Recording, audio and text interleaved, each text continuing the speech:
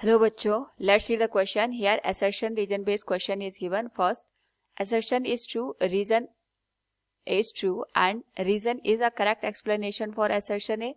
Second, assertion A is true, reason R is true, reason R is not a correct explanation for assertion A. Third, assertion A is true, reason R is false. And fourth, assertion A is false and reason R is true. Here assertion is given as a change in temperature of a body causes change in its dimension, and reason is the dimension of a body decreases due to the increase in its temperature. Now to answer this question, first we will discuss here the key concept, and here the key concept will be thermal expansion. Now जब भी हम किसी भी object के temperature में change करते हैं तो due to the change in temperature हमारे पास यहाँ पे जो ऑब्जेक्ट गिवन होता है उसके डायमेंशन में चेंज आता है.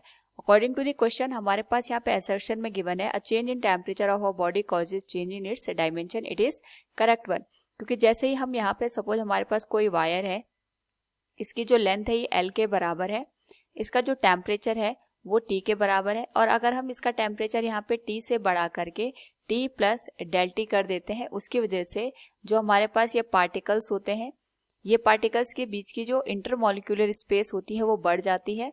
और इस वजह से यहाँ पे अगर हम केवल इसकी लेंथ की बात करें तो अगर पहले इसकी लेंथ L थी, अब वो इंक्रीज होके यहाँ पे L प्लस डेल L के बराबर हो जाती है. उस पर्टिकुलर केस में हमारे पास जो लेंथ की डायमेंशन होती है वो चेंज हो जाती है.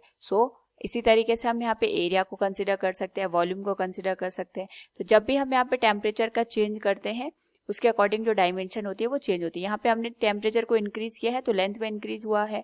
इसी तरीके से अगर हम टेम्परेचर को कम कर देते हैं तो जो इसकी एक्चुअल लेंथ है उसमें हमें कमी देखने को मिलती है.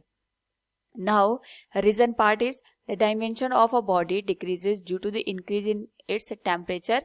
इट इज इनकरेक्ट वन, क्योंकि हमारे पास यहाँ पे अगर हम किसी भी मटेरियल के टेम्परेचर में इंक्रीमेंट करते हैं तो टेम्परेचर में इंक्रीमेंट होने की वजह से जो डायमेंशन होती है ये हमारे पास यहाँ पे इंक्रीज होती है, ना कि डिक्रीज होती है. जैसे हम लेंथ की बात करें या एरिया की बात करते हैं, उस पर्टिकुलर केस में अगर हम यहाँ पे चेंज इन लेंथ को देखें तो it is given as L into alpha into del T.